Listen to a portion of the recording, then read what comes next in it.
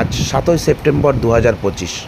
এদিন পূর্ণগ্রাস চন্দ্রগ্রহণ হলো, যার কারণে চাঁদকে লালচে দেখাচ্ছিল, যাকে ব্লাড মুন বলা হয়। পৃথিবী যখন সূর্য, পৃথিবী ও চাঁদকে একই সরলরেখায় এনে সম্পূর্ণভাবে চাঁদের উপর তার ছায়া ফেলে, তখনই এই ঘটনা চলে। এই গ্রহণটি প্রায় 8 ঘন্টা পর্যন্ত চলতে পারে, যার মধ্যে সর্বোচ্চ গ্রহণ রাত 11:42 দেখা যাবে।